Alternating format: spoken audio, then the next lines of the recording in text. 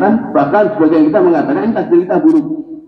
Tapi ketika banyak orang yang sakit, bagi para dokter, para perawat rumah sakit itu takdir baik atau takdir buruk? Baik. Gimana buruknya? Gitu loh Pak ya.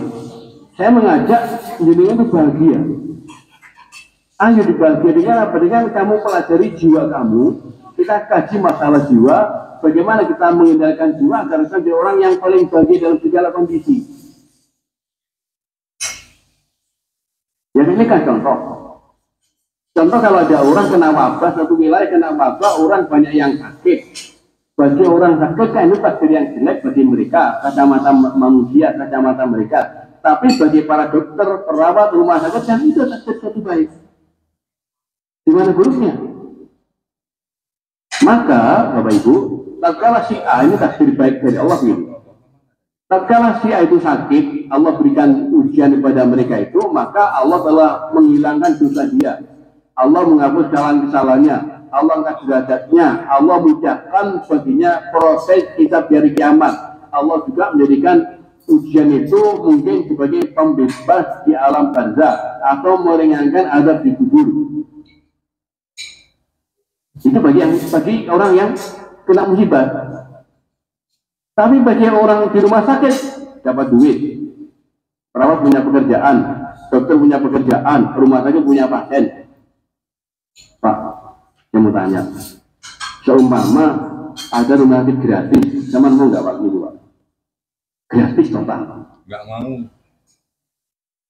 Mau Pak? Dikasih rumah sakit gratis total, sakit apapun gratis, mau nggak? Enak mana Pak? Enak nggak sakit apa sakit gratis? Kalau begitu orang sakit dari mana? Orang sakit itu karena jiwanya dia atau karena ucapan orang lain? Orang sakit itu karena pola pikir dia atau dari pola makan dia? Dari mana sakit muncul? Bisa katakan dari awal, Bapak Ibu, apa yang kita rasakan sekarang itu? Kesehatankah itu? Kenyamanankah itu? Penderitaankah itu? Sedih, cemas, gelisah, sumpah, ngersuloh, itu adalah hasil dari jiwa kita sendiri dan bukan orang lain. Ya tadi itu. Kalau orang mengetahui Allah berikan suatu takdir yang baik, tidak ada takdir yang buruk Allah berikan pada manusia. Kenapa kita ini susah dengan takdir Allah yang kita katakan buruk? Orang tuh kehilangan kan nggak mau. Lah itu kehilangan, ojo loro, urip enak, kerja itu nggak capek, gajinya gede, bojone wayu, sing lanang ganteng, mertuane apik, sugih kan ngoten ya. Karepe.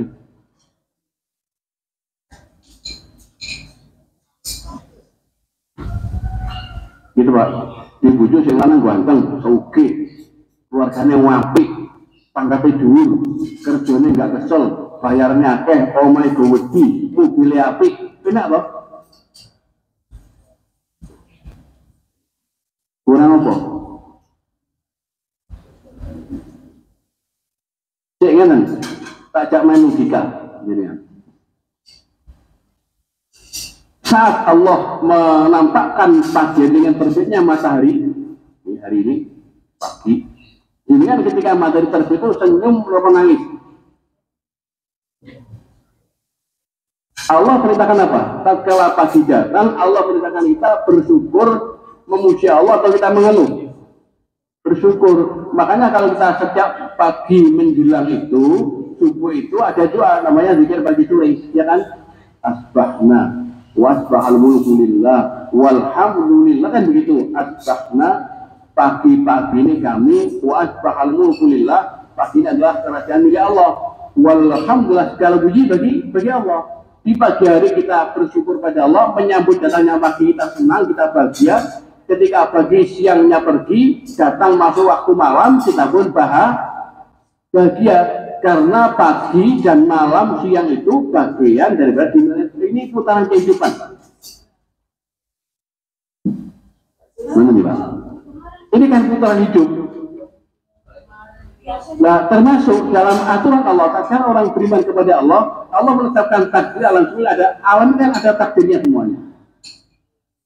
Maka kalau memberikan takdir pada kita semuanya, kita sedang menikmati takdir Allah SWT itu juga bagian proses sama dengan terbitnya pagi dan tenggelamnya sore.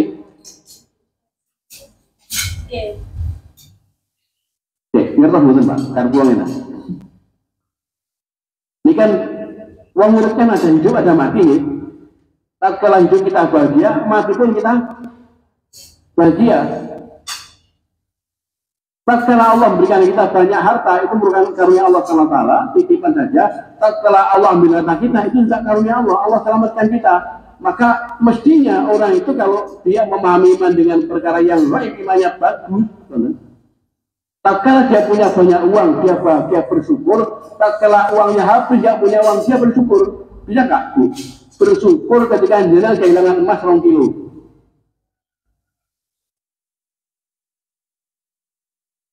Pripun Pak? Akut. Saya ini kehilangan emas 80 kilo, 86 kilogram Pak saya. Ya belum hilang. Ini bukan cerita bohong. Susah. Nah, saya pada tahun kemarin saya kehilangan NMAX, dipinjam orang yang minjem mayu, gak balik sampai sekarang, setahun lebih. Susah? Enggak.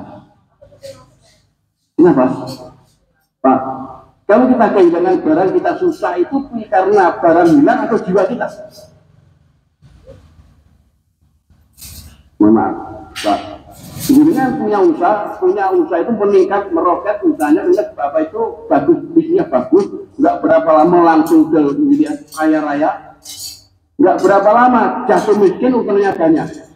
Ketika jenengan kaya itu senyum, atau ketika Allah berikan jenengan karunia banyak harta itu kaya senyum apa nangis? Saya ulang. Kalau jenengan banyak harta itu Allah berikan karunia banyak, jenengan bahagia senyum atau menangis? Bahagia apa sedih? Bahagia. Sebaliknya Pak, Ibu, maka kalau Allah mengambil harta kita dengan cara apapun, Allah yang punya cara, mestinya kita juga ikhlas apa? Karena apa? Itu cara Allah menyelamatkan kita. Betul kan? Kalau orang punya pandangan yang sama dalam dua kehidupan, ini qadha dan qadar itu, dia akan bahagia kok. Ada seorang takmir masjid yang dipecat. Ada Pak. Ya, dia itu orang yang pertama menerima wakaf di perumahan itu. Dia terima wakafnya, akhirnya dia mengumpulkan teman, dia cari dana, cari biaya, didirikan masjid, masjid sudah jadi, membeli beberapa kapling, diwakafkan, akhirnya masjid besar, punya sekolah, sekolahnya besar, dia diberhentikan dari takmir. Tadi enggak? Bapak tidak berjuang dari takmir selama 36 tahun, sekarang masjidnya besar, rame, punya sekolah, dia dikeluarkan dari takmiran. Saya tidak Pak? Datang ke rumah saya, Pak Ustadz gimana? Pak Ustadz sebelah bapak saya dikeluarkan dari takmiran. Saya dieliminir orang-orang yang baru, yang tidak pernah berjuang. Dia ada orang yang baru, tidak tahu kronologinya seperti apa. Saya orang yang pertama, sekarang saya dibuang.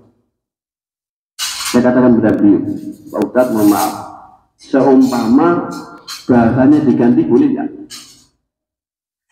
Diganti gimana Ustadz? Diganti bukan dibuang, tapi diselamatkan oleh Allah, bisa nggak?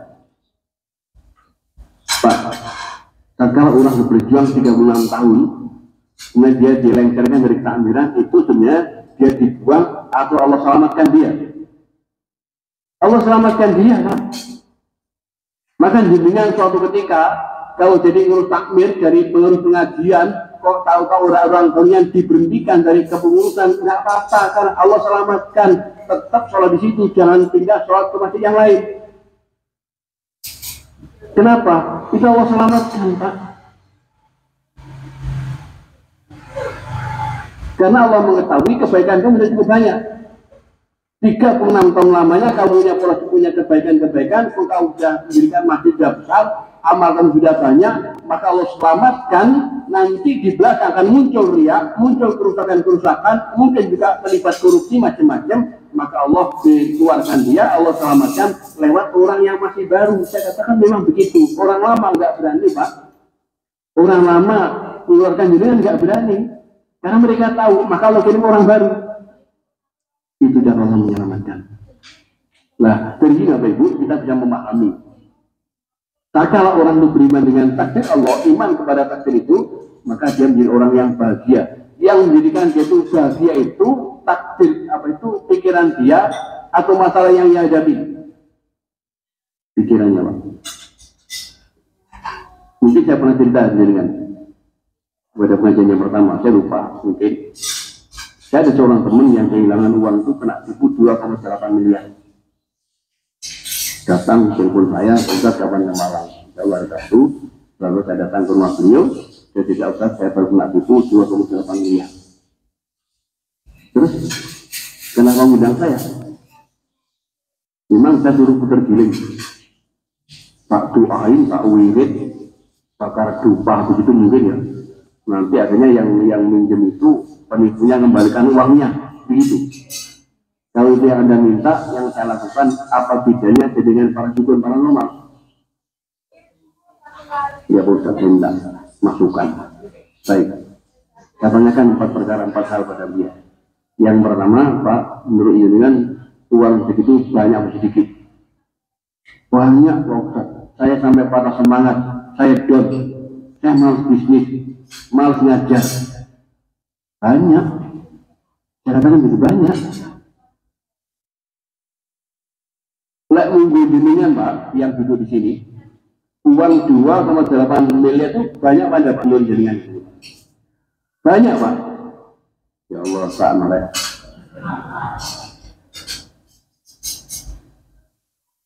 Ini saya tanyakan kepada beliau yang kehilangan duit. Baik, seumpama kita berdoa, saya berdoa, Allah kembalikan uang itu. Cuma Allah minta ganti dengan fungsi kedua mata, boleh tidak? Mata Anda masih utuh, tapi nggak ada melihat, boleh nggak? Itu karena mata. Nggak boleh. Ditukar dengan fungsi jantung, jantungnya ada, nggak berfungsi, nggak boleh. Dengan paru, nggak boleh. Fungsi ginjal, nggak boleh. Kedua tangan, nggak boleh. Kedua kaki, nggak boleh. Kedua telinga, nggak boleh. Gimana banyaknya? Pak, pernahkah kita berpikir kalau Allah berikan jasad ini nggak ternilai Pak harganya? Nggak pernah kita syukuri, ini triliunan Pak. Uang cuma 2,8 miliar Pak, itu ditukarkan dengan 1 ruas jari kita mungkin nggak boleh. Mas, jarimu tak syukur 1 miliar ya tak bacok pakai kampak. Boleh nggak Pak ditukar 3 miliar?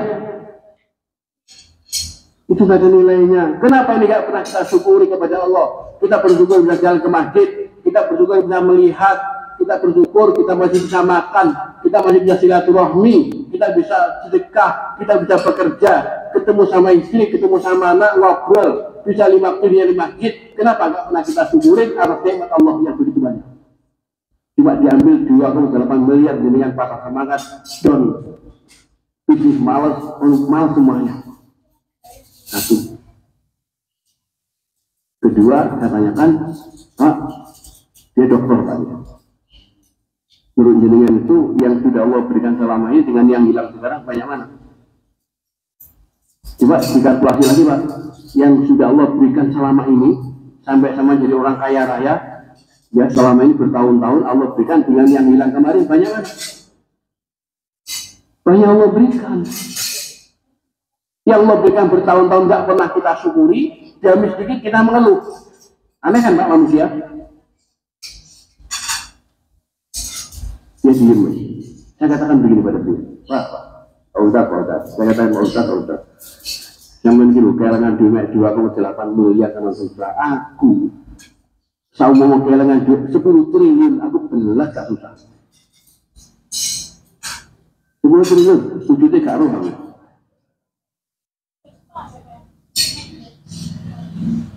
Anda kan punya pun nggak susah Pak saya. Bener ya. Apa sih artinya uang segitu?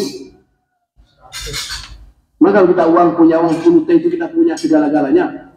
akan menjadikan kita terlalu dekat sama Allah, akan menjadikan anak kita soleh semuanya, akan mengantarkan kita ke surga, akan memberikan kita kejayaan, akan memberikan kita pengaruh yang signifikan masyarakat, akankah dengan uang kita merubah pola pikir masyarakat jadi orang yang buruk, jadi orang yang baik, atau sebaliknya? Ketiga saya tanyakan kepada beliau, kira-kira uang jiran itu hilang, musnah, lenyap, atau disimpan sama yang punya, yaitu Allah. Baru ya tetes air matanya, dia menangis, saya dipeluk ya Allah, kalau saya maaf. Kenapa pikiranku sempit? Kenapa saya nggak pernah punya pikiran yang luas? Kenapa saya nggak punya pikiran semacam itu? Saya katakan, uang itu tidak hilang, disimpan sama yang punya, yaitu Allah. Allah yang maha kaya. Allah tahu uang mana disimpan, yakin itu harta terbaik Anda, harta yang paling bersih, dan Allah tidak mengambil kecuali yang terbaik Anda. Dan nanti Allah akan kembalikan berlipat-lipat kepada Anda, kepada anak Anda, cucu Anda, Allah kembalikan berlipat-lipat, ini lebih mulia, lebih baik daripada itu. Nangis Pak juga. Yang keempat, saya tanyakan, seumpama dirubah pikirannya gimana? Mindsetnya dirubah. Dirubah gimana? Oh, dirubah. Tadi yang dengan bilang ini hari yang gelap, hari yang saya bikin patah semangat, saya down, malas bisnis, malas segala-galanya. Dirubah, ini adalah hari yang paling Allah banyak memberikan pahala kepada saya. Hari Allah menghapuskan dosa kesalahan saya, bisa nggak dirubah begitu? Selesai. 1 jam setengah kita ngobrol Pak. Akhirnya terima kasih, saya plong, saya longgar, saya happy, saya bahagia karena Pak, uangku disimpan sama Allah. Begitulah yang mau saya tanyakan dengan Pak, yang bikin dosa itu uang yang hilang apa jiwanya? Jiwa kita itulah yang sering menjadikan kita ini nggak bahagia. Jiwa kita nggak jujur. Kita ketika pagi kita tersenyum, ketika malam tersenyum, tapi ketika kita Allah berikan kaya kita tersenyum, ketika kita miskin kita merengut.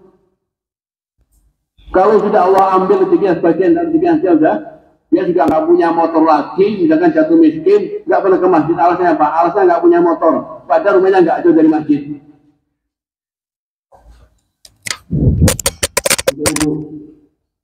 Tidak ada takdir yang tidak ada.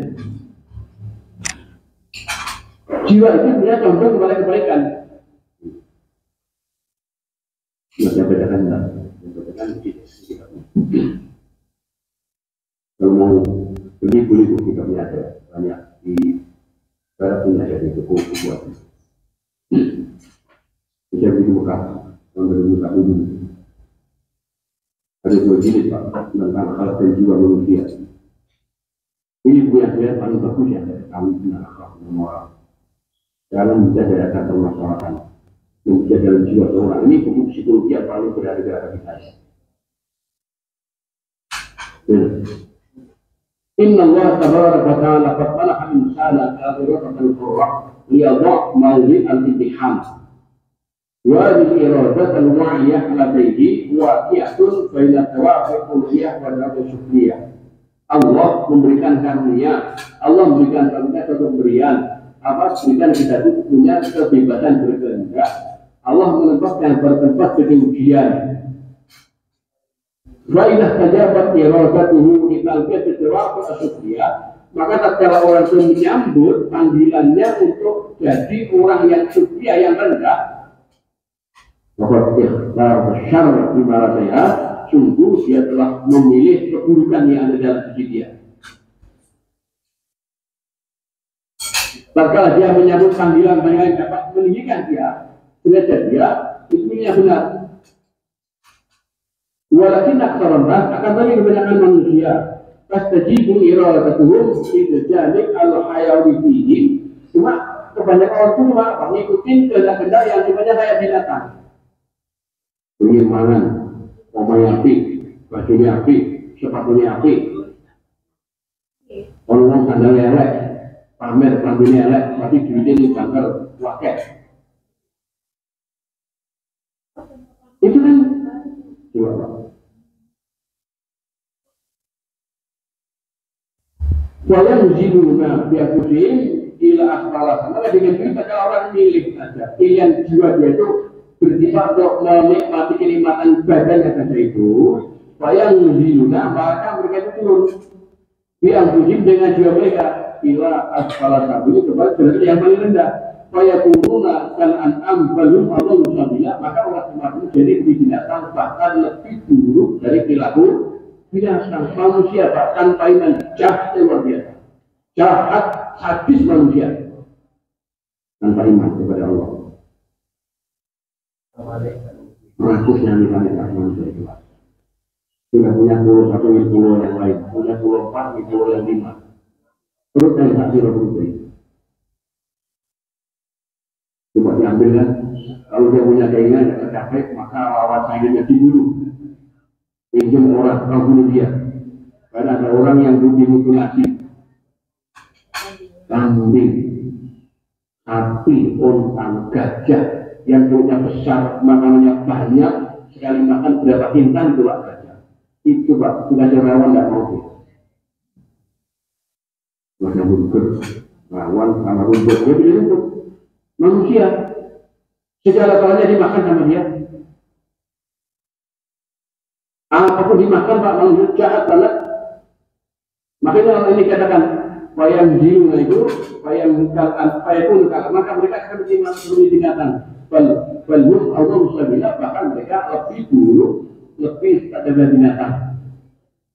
Wa bidzalika yaquluna fi zawatihim al-unsur at-takrih alladhi karamahullah alaihi bihi wa fadalahum bi ala katsir min khalqihi. Maka dengan begitu, maka kata orang ikutin kemauan hawa kawan nafsu untuk nikmati fisik saja yang dia utamakan itu, dia telah membunuh kemuliaan yang Allah muliakan dia. Jadi dia telah membunuh kami Allah kalau kami ada di sini.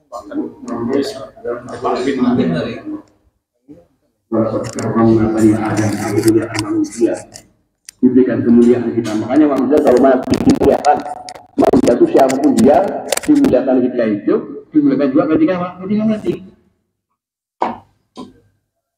Dan agama yang paling memuliakan orang adalah agama Islam. Coba Pak, orang kalau sudah mati Pak dalam agama kita apa? Perintah Allah dimandikan dulu, dikafani, dikasih wangi-wangian, kafannya baru, kemudian disolati dulu, ya kan, dimakamkan, pemakamannya pun ditentukan tempatnya semacam ini, liangnya semacam ditentukan pula. Setelah begitu didoakan, baru kita pulang. Setelah kita pulang nanti kita doakan lagi, kita bersolat, kita doakan. Ini kan kemuliaan Allah berikan.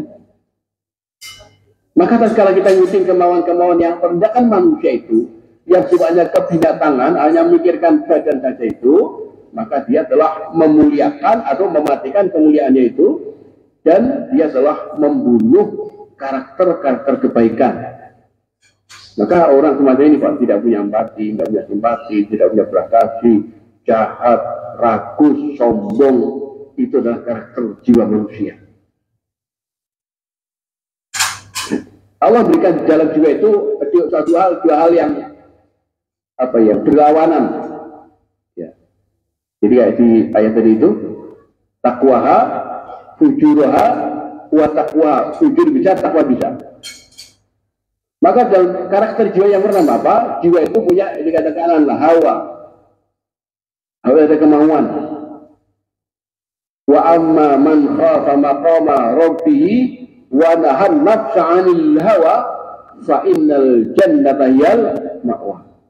Adapun orang-orang yang takut pada posisinya di tempat Allah nanti, wa nahan nafsa, dan mencegah jiwanya 'anil hawa, itu kan kemauan, keinginan. Orang punya keinginan.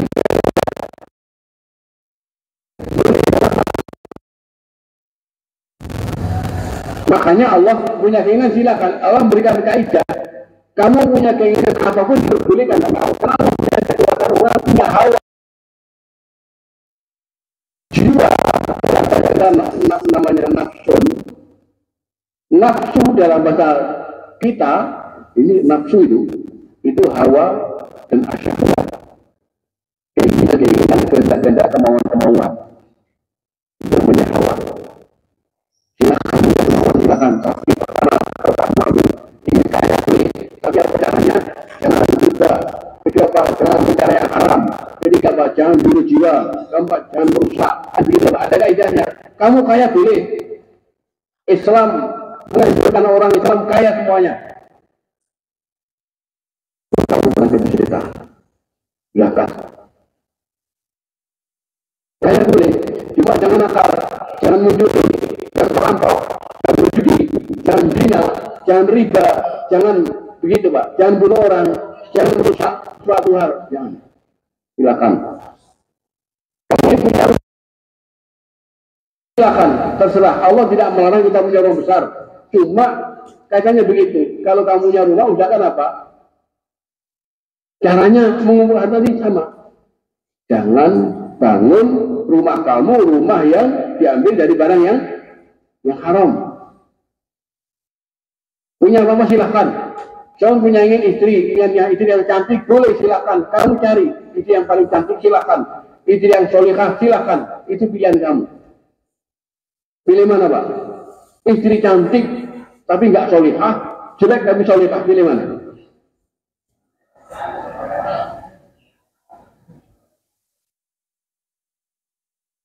Ya Pak, ya.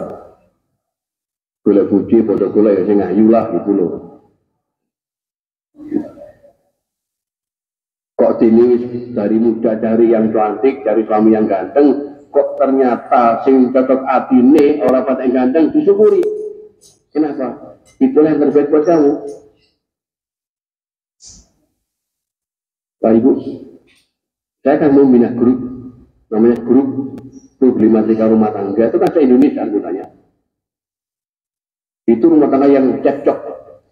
Dari 900 anggotanya itu, Pak, se-Indonesia itu. Ada dari Malaysia ada, Brunei ada. Se-Indonesia, Pak. Dari Hongkong, Taiwan juga ada. Dari orang Indonesia juga.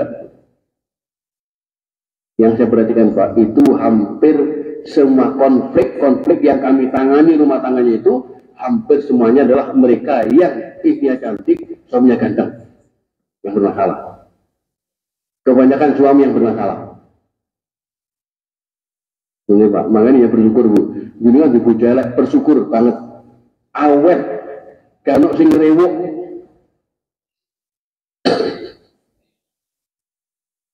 Pak juga begitu Pak.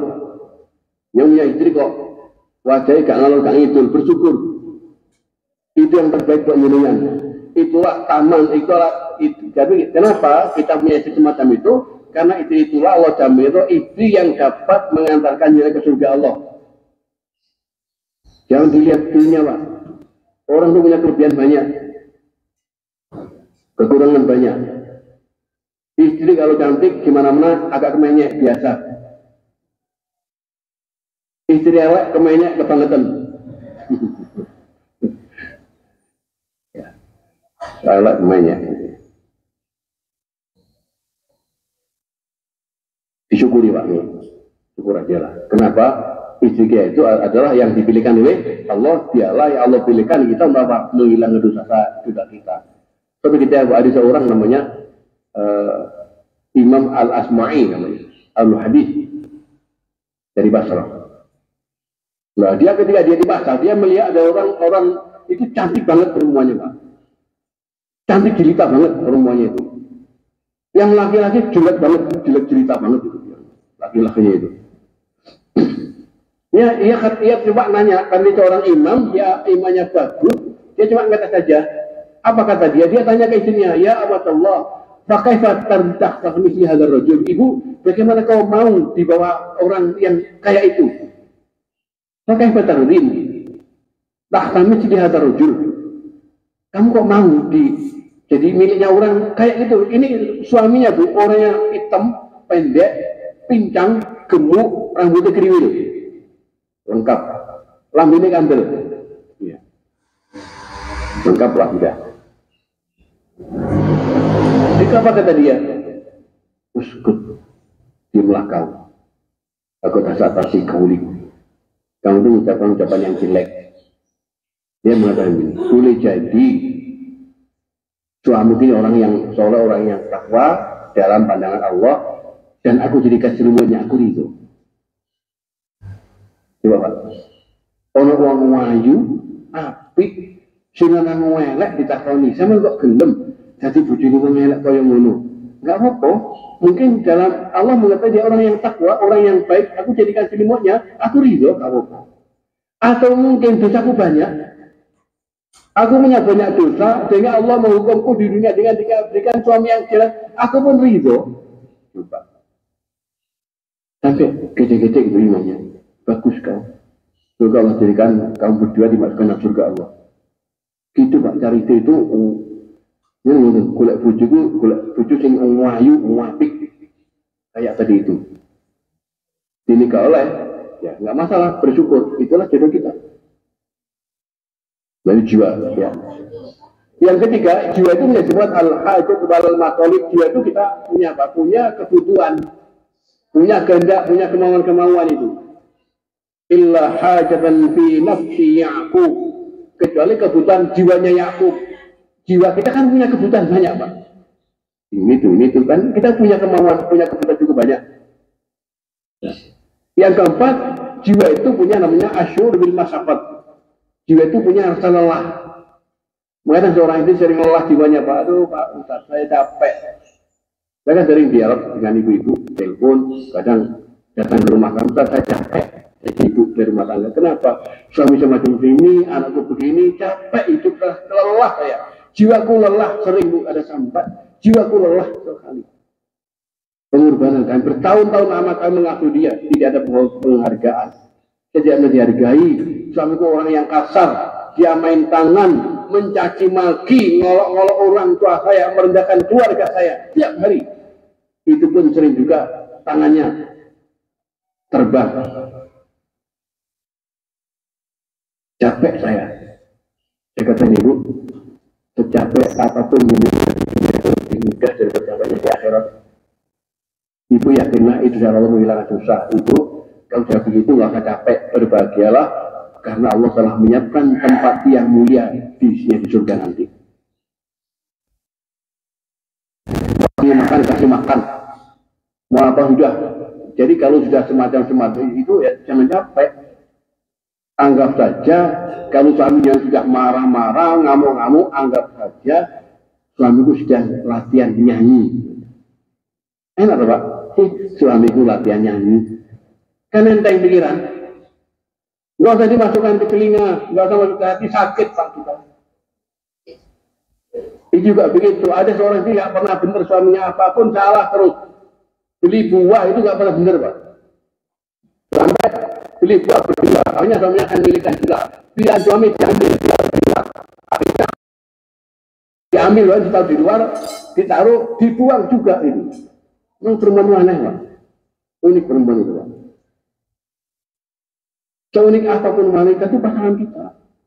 Jadi kalau orang suami jadinya punya istri yang banyak bicara, dia banyak mengeluh, dia tidak pernah berbuat baik sama mertuanya dengan saudara jenengan, cerewete, uang tadi siji, nggak masalah Pak.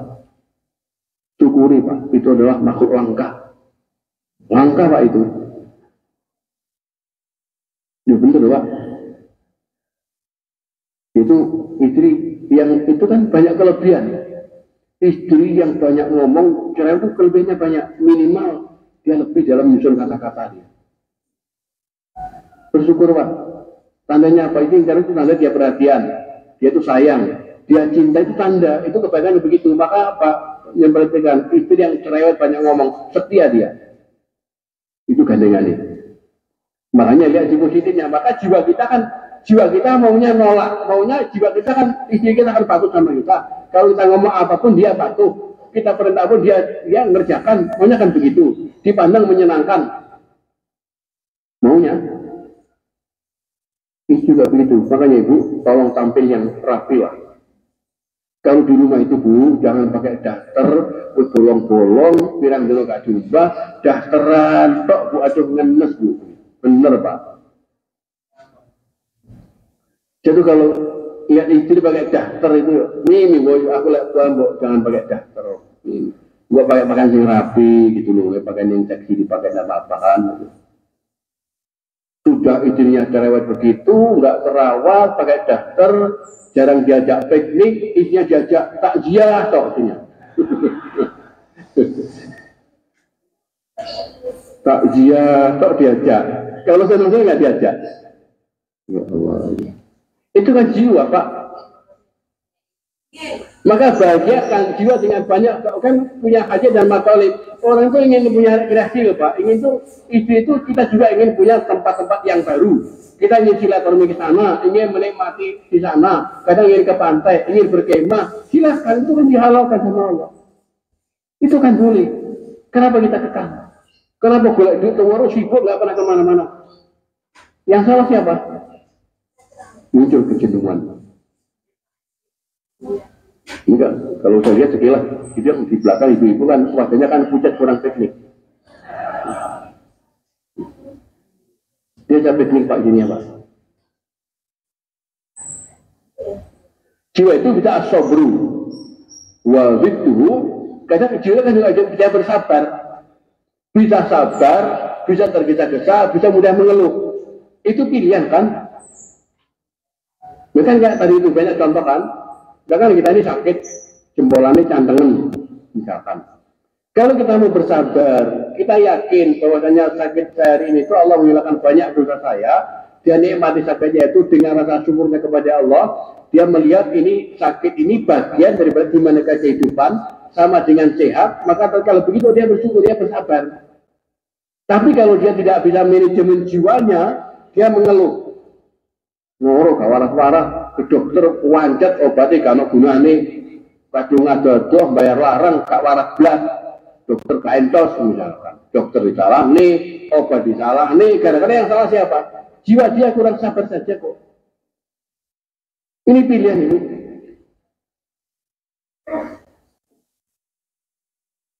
Ya, setiap manusia itu ya, Allah berikan dalam jiwa itu kan kekuatan. Setiap orang Allah berikan kekuatan untuk bisa menganalisa perbuatanku ini salah apa benar, tiap orang diberikan tahu oleh Allah.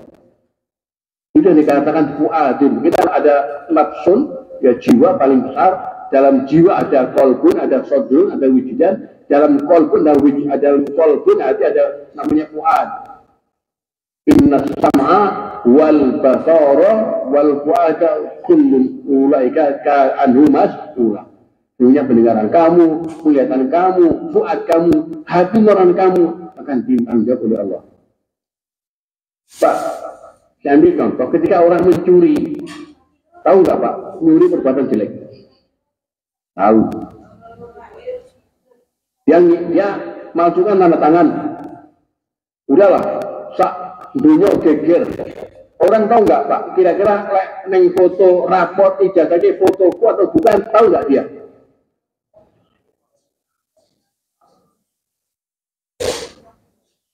Coba, orang itu menceritakan pilihan dia, ya kan Pak? Karena dia pasang foto orang lain, akhirnya rame. Yang salah siapa? Yang salah yang masang. Padahal dia masang fotonya orang, padahal dia tanda tangan yang palsu, dia telah memberikan suatu rekomendasi, tapi dia tidak dapat duit banyak, dicek korupsi dia nggak bisa, jangan begitu Pak. Tahu nggak kalau dia mencuri, dia jiwanya tahu nggak? Kuatnya, nurani tahu nggak? Tahu Pak. Aku jelaskan. Insanu ala nafsi basirah walau alqa ma'adzirah. Setiap orang, setiap jiwa manusia Allah berikan tahu ala nafsi basirah. Orang akan jiwanya itu basirah, tahu persis siapa dia. Walau alqa ma'adzirah, karena itu orang bisa menyampaikan alasan. Aku, kami tidak mencuri kok, buktinya nggak ada. Ini suratnya resmi kok saya. Ini suratnya stempelnya resmi semuanya dari. Tapi kalau dia bohong, tahu nggak? Tahu. Itulah Allah berikan kontrol. Maka fuad yang paling dalam nurani itu tidak ada dibohongi Pak. Maka semakin orang membohongi hatinya, dia akan mudah lagi membohongi jiwanya. Ya, ketika orang juga membohongi jiwanya, dia akan membohongi wujudan. Wujudan itu cipta rasa cipta itu orang diberikan oleh Allah. Maka ketika orang itu Allah berikan apa? Allah berikan cipta rasa itu apa? Untuk mengontrol supaya hati kamu tidak rusak. Maka kalau ada orang minum khamr sama minum teh, itu nyaman mana? Itu rasanya ada. Yang dikasih uang sama orang, orangnya itu bandar judi, dikasih makanan, waktu jenengan makan, dikasih uang itu dengan dikasih orang yang miskin, Pak. Itu mau makan, rasanya beda. Tahu ini enak, ini enggak, ini ragu, itu pasti ada. Itu kontrol. Maka jangan matikan wujudan.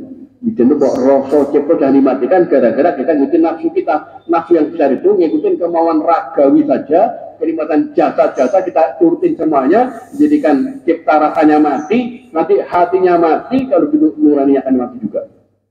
Itulah yang menjadikan bahwa asfala safilin, maka dia lebih jahat, lebih buruk daripada binatang ternak. Dia menjadikan jiwa. Terlalu jiwa menjadi buruk. Terus ini jadi saya dua jadi. Ya, insya Allah lain kali, mulai ada waktu sedikit, monggo kita dialog-dialog, ngobrol-ngobrol, biar enak. Yang ada orang yang suka mengeluh itu siapa? Ya. Yang bahagia itu siapa? Itu pilihan kita masing-masing. Dengan punya utang bisa senyum, bisa nangis. Yang punya uang bisa senyum, bisa nangis, dan lain-lain. Itu pilihan kita masing-masing. Wallahu a'lam. Saya kira begitu yang sampaikan dulu. Mohon maaf. Mungkin ada pertanyaan, dipersilakan. Terima kasih Ustaz tausiahnya. Monggo Bapak Ibu, mungkin ada yang didiskusikan, kami persilahkan. Ada dua pertanyaan yang kita berikan, satu untuk Bapak-Bapak, satu untuk Ibu, monggo. Karena waktu ada yang perlu disampaikan, monggo. Yes, monggo.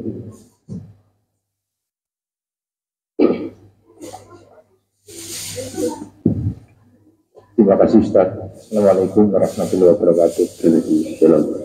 Tadi Ustaz menjelaskan yang terkait dengan masalah rumah tangga Ustaz.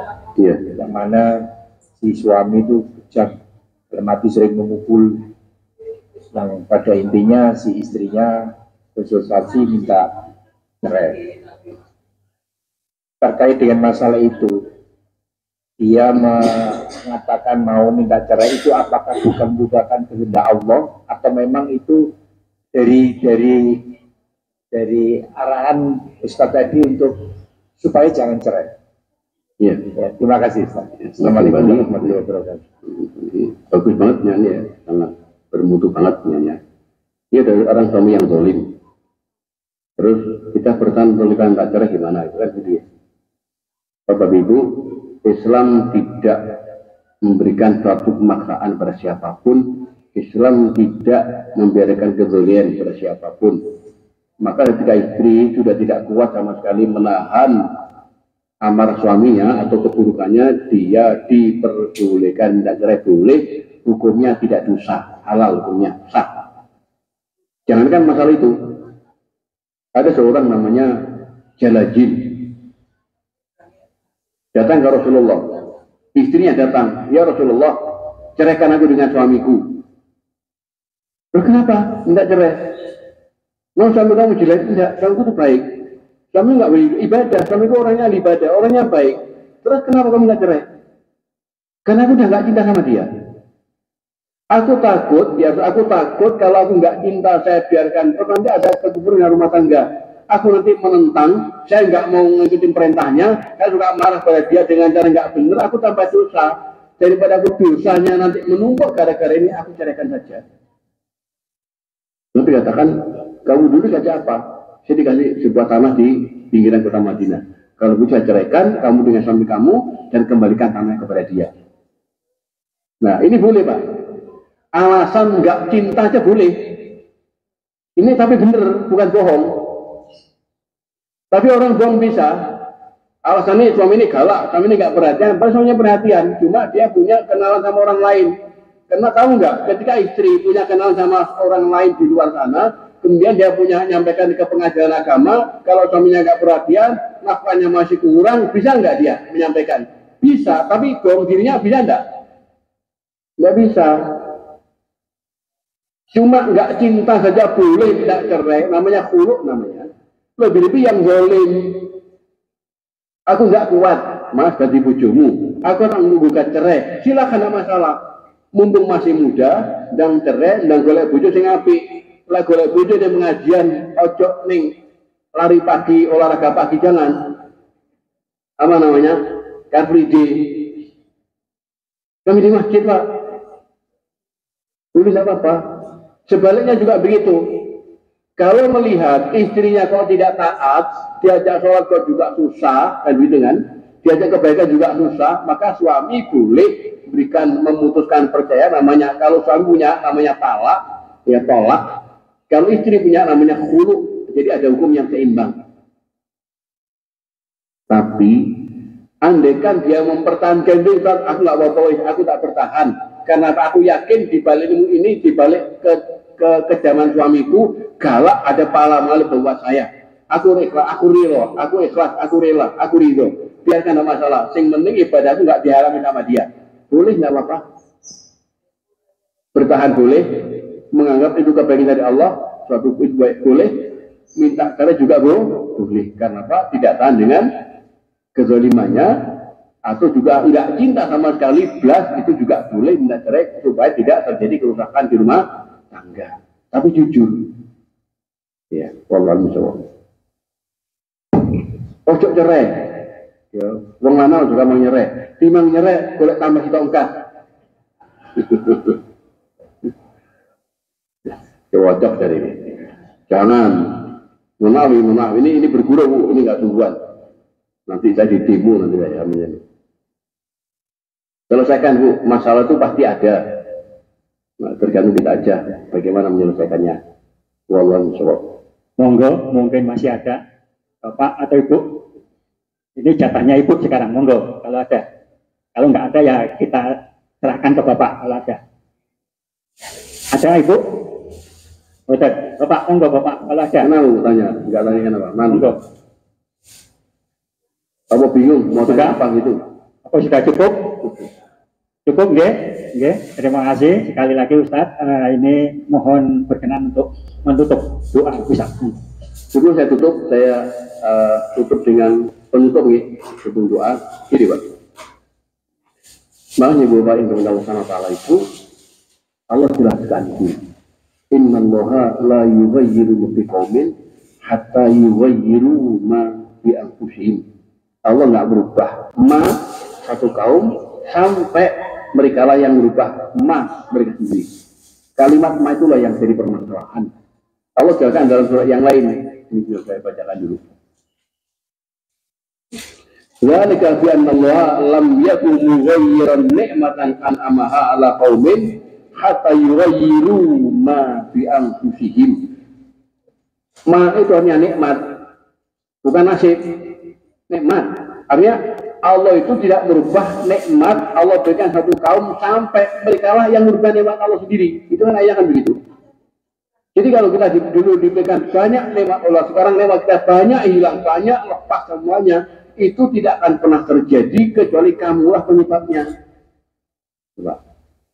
Kamu penyebabnya nikmat itu. Maka lihat negeri Sabah, negeri yang makmur dulu. Negeri Sabah Allah berikan kemakmuran, buah melimpah, kaya raya. Tidak ada orang Sabah yang miskin, ya, kaya melimpah, buah banyak. Orang kalau mau metik buah nggak usah metik gini Bu, taruh gini buahnya jatuh sendiri, rendah-rendah, buahnya manis. Ketika mereka kufur kepada Allah, mereka banyak berbuat dosa, menyembah selain Allah, saling memakan sama lain, menyebarkan riba, minuman keras. Allah rubah buah-buahnya dari pohonnya jadi tinggi-tinggi, yang dulu itu nggak bisa jatuh kalau dipanjat dengan cara yang susah. Ini juga Pak, buahnya jadi pahit. Maka itu karena perbuatan kamu.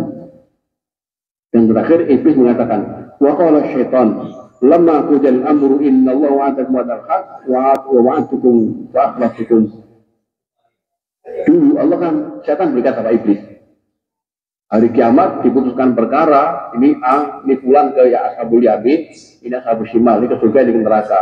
Diputuskan begitu Pak. Setan mengatakan pada orang-orang yang di neraka semuanya itu, dulu Allah akan berikan janji kepada kamu, innallaha wa'adakum wa'dal haq.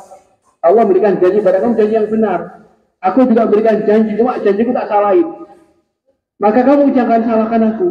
Fala talumuni wa lumu anfusakum. Kamu jangan celah aku sebagai setan. Falumu anfusakum, kamu jangan jiwa kamu sendiri. Jiwa dan jiwa. Maka orang mencela nanti itu karena apa? Orang banyak mencela jiwanya, karena di dunia itu dia lemah dalam iman dengan perkara-perkara yang ya, nanti kita jelaskan ada 6 penguat jiwa. Salah satunya sholat di masjid.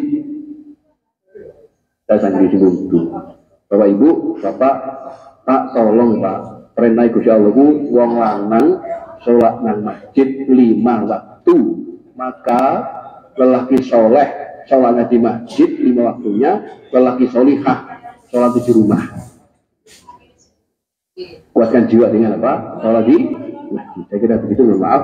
Assalamualaikum warahmatullahi wabarakatuh.